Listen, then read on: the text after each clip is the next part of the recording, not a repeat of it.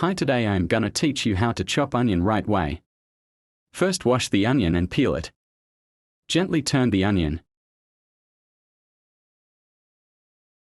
First tip is don't cut the root.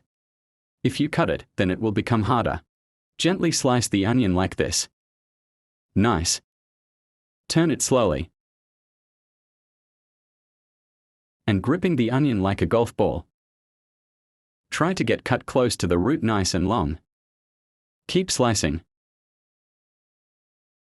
And then push the onion together. Push the knife halfway in. Again, do the same.